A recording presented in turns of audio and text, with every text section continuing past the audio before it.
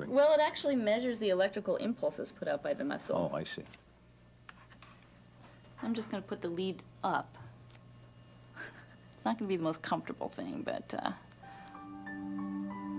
How many years have you been doing this? This show we've done, I've been doing it about 7 or 8 years. All right. Now I'm supposed to get into a normal, even state of mind as I make small talk with Herbert Benson. For 35 years, he's been a leading advocate of relaxation as a useful medical therapy. He even coined the phrase relaxation response to describe what I'm about to do. But first, just to make a nice contrast, I get to be totally frantic while everyone watches my numbers go off the charts. If I give you the number 113, I'd like you to subtract 13 so that you have 100, and then you subtract 13 again to have 87. Nice. I'm going to be testing you for speed and accuracy, so it's very important that you're accurate but also very quick. Right. Okay? Do you have any questions? No, but I know my needle is jumping. Okay, okay. I would like you to say the numbers aloud and as fast as you can. Okay? So I'm going to have you start from the number 6,046. And subtract 13. That's right. 6,046 minus 13, 6,033. Right, faster. Keep going. Oh, I keep going. Yes, oh, keep sorry. going, sorry. 6,033, 6,020, 6,003, no, 6,006. No, Wrong. 6,007. Could you just start over from the beginning? 6,046.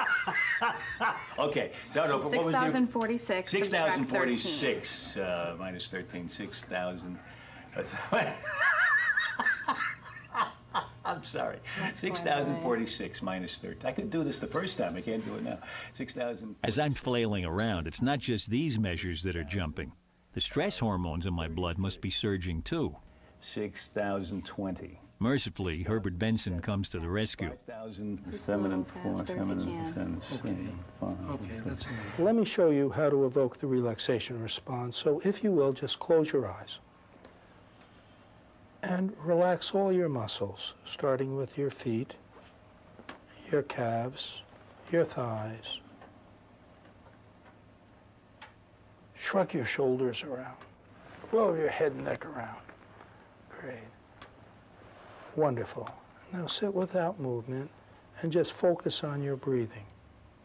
But breathe oh so slowly. Each time your breath is coming out, say silently to yourself the word calm. And you're going to find all sorts of other thoughts coming to mind. Those thoughts are natural. They should be expected.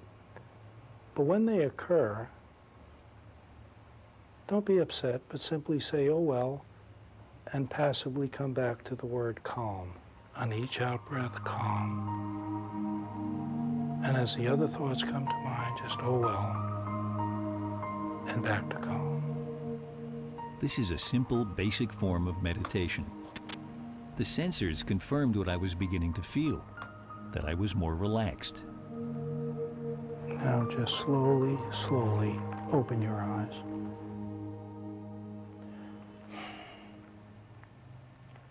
How was that? It's nice. You got into it nicely. What did the physiologic changes show? I think the most dramatic one was your muscle tension, measured right here. Before it was so high, it was off the screen. and after about a minute and a half, it came down quite nicely. This is how you can use the mind to affect the stresses of the body. And to the extent that any disorder is caused or made worse by stress, to that extent we can use this as a therapy. Is there a difference between what you might call chronic stress and momentary stress? I mean, is it good for you to have short bursts of stress that you can handle? The more the stress, the more efficient you are, the more productive you are, but to a point. When it gets too chronic, and then performance and efficiency start dropping off. And that's what most people are experiencing. John Goddard is one of the beneficiaries of Benson's relaxation therapy. Once a victim of panic attacks, depression, and high blood pressure, he's now mentally stable and off his blood pressure medication.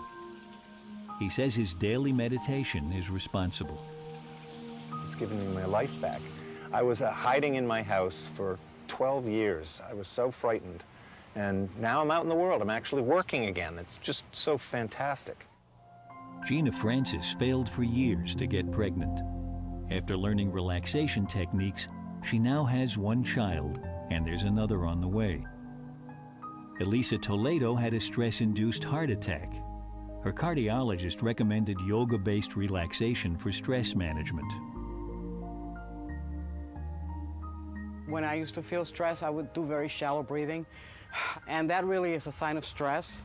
And by telling yourself the same word all the time or focusing on the same sound, you can de-stress yourself very quickly.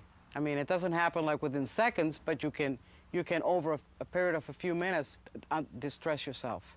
Where before I didn't know to do that. You know, I would be stressed and I would just probably stay stressed for the day.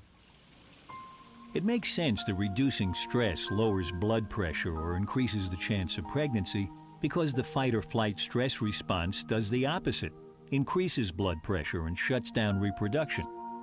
But exactly how meditation and yoga function to reduce stress is still something of a mystery.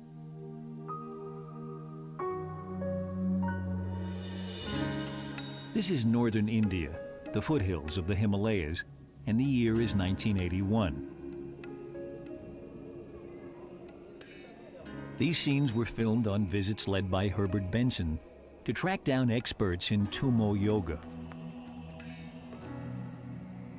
It's practiced by Tibetan monks who had followed the Dalai Lama here when he was exiled.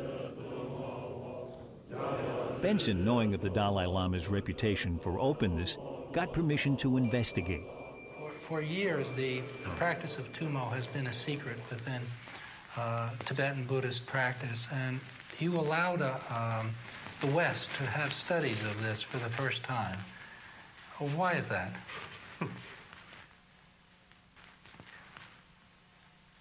Yes, as you mentioned, this is a practice usually regarded as a secret doctrine and also very private thing. But I feel, as usually is, I believe and also is explained to people that we are believing or emphasis on reasons and facts. If it's something true, something fact, then the investigation taken through meditation and investigation taken through instrument may reach the same point. The Tummo meditation experts live alone in unheated stone huts at high altitude. Benson was able to bring some into town for tests. He was astonished to learn what they were capable of. What their monks can do in Tummo Yoga is essentially naked in midwinter in 40-degree Fahrenheit temperatures, take a sheet measuring 6 by 3 feet, dip it in icy water, wrap themselves in that sheet. You and I will go into uncontrollable shivering and perhaps even die. They can get that sheet steaming within 3 to 5 minutes. We've been studying that for 20 years. Benson brought back now famous film of the Tummo monks drying their ice-cold sheets. For them, it's of course an essential religious ritual designed to create a fire which burns away all traces of improper thinking. For Benson, it was simply astonishing. And in fact, he found with his tests that monks could at will raise the temperature of their extremities, fingers and toes, by as much as 15 degrees. At the same time, they don't increase their heart rates, he found. So somehow they must be deliberately opening up their blood vessels, increasing the flow. I'm no Tibetan monk, but after my relaxation session, the idea of warming yourself up didn't sound out of the question to me. 3/4 of the way through, trying to repeat the word calm, I felt warmer. Exactly. That's a common response. You see, the stress hormones lead to vasoconstriction. That's just what we were measuring, muscle tension. When you evoke the relaxation response that way, what then occurred, that hormone was counteracted, and that led to a warming of the skin. But how exactly are the stress hormones counteracted? Usually, the fight-or-flight stress response is beyond our conscious control. It just starts and stops automatically. Somehow, meditators tap into the part of the brain that controls the switches. And you don't have to be a Tibetan monk to do it.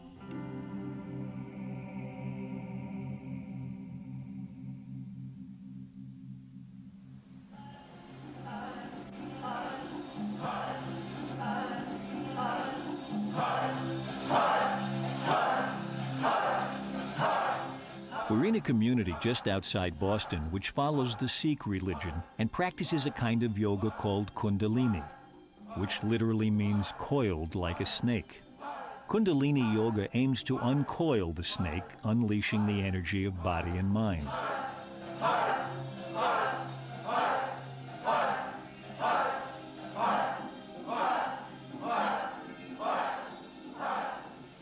Haramander Kaur Khalsa has practiced Kundalini for about 10 years. She's come here to the Massachusetts General Hospital so researchers can look into her brain while she meditates.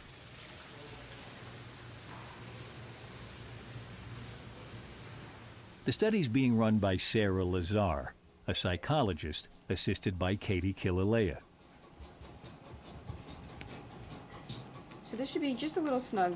It should definitely not restrict your breathing, but you should feel it move upon inhalation and exhalation. Just tight enough. Haramander's going to be wearing uncomfortable wires and tubes, and she'll be inside a noisy MRI machine. So she needs to be an expert meditator to avoid distraction. Underneath your legs to... Yeah. Okay. Just as it goes into place. There's a frame to hold a mirror so she can read an instruction screen. All right. Can't forget that. All right.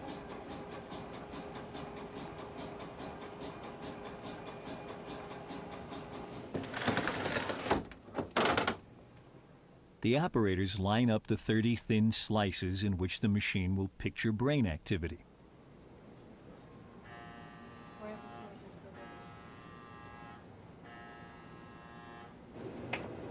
Okay, we're going to get started. This one's going to be a little bit loud, and it's going to last 32 minutes. Go. First, in this control period, Haramander's screen tells her to think randomly, to run through an arbitrary list of animals, for example, to show what a brain that's not meditating looks like. Right now, her breathing's about as expected. At this point, she's breathing at a fairly fast rate. This is about 12 breaths per minute. When she starts to meditate, Haramander's breathing should change. Now her instruction screen switches. Begin meditation. Begin meditation. A common type of Kundalini meditation involves coordination of breathing with repetition of mantras. Breathing rate drops dramatically without the meditator forcing it to. So you can see now it's getting much wider, so she's beginning to meditate. So before she's going about 12 breaths per minute, and now she's going, these are much longer, slower breaths, longer, slower exhalations. As I inhaled, I thought Sat Nam, and as I exhaled, I thought Wahe Guru. So it involved a focus, and also with the breath. And I just kept focused on that, and then allowed whatever changes would come about to happen. This is one particular slice through the brain, and here we see a bit of the limbic system called the amygdala, circled in blue. And this time course is the average activity of that bit of brain during the experiment. This bit of brain becomes more active during meditation than during the control period. So there's something going on during meditation which is not happening during just sitting there repeating the words of animals. Do you know other stuff about that part of the brain that throws light on right. what functions are otherwise performed by it? It's involved in vigilance, so paying attention to things. And so certainly events which provoke fear, i.e. lions and tigers and snakes, would activate the amygdala, but also other things. And so since when you're meditating, you're being vigilant on yourself, on your mantra, and on your body and your subjective state, that's why we think we see the amygdala during meditation. What other kind of vigilance are we talking about? If you're hungry and you're driving down the street and you want to pay attention to which restaurants are there, that might be something similar. So it's vigilance to things which are biologically relevant. I guess that's a better, being more, more precise. But probably not vigilance of, say, reading a book or watching a movie. It's not the same attention. It's more, it's got to be biologically relevant, they think. Isn't that interesting that meditation, which is supposed to be so spiritual, lights up the part of your brain that a sirloin steak does? Exactly. People once thought meditation was a bit like dozing off. So the detection of vigilance in Haramander's brain is especially interesting, and it matches what she feels. There's a complete awareness, and in a way, even a more heightened awareness of everything. And then with the particular sounds, Satanam felt like it was very focusing for me. And then Waheguru had a very kind of expanding feeling and of awareness. So I felt more unified in my experience of the MRI and of myself. I did think of a pretty straightforward way to explain the brain activity, but Sarah Lazar in her latest tests had gotten there first. Let me ask you kind of a dumb question. How do you know they were meditating? If they can just bring their breath down To 4 breaths per to minute. 4 breaths a minute mechanically, then maybe you get this kind of maybe these parts of the brain light up anytime you bring your breath down to four Right. times a minute. Very good question. That's another experiment we're doing this time, is we're having them go down to 4 breaths per minute. We're showing them arrows and telling them when to breathe.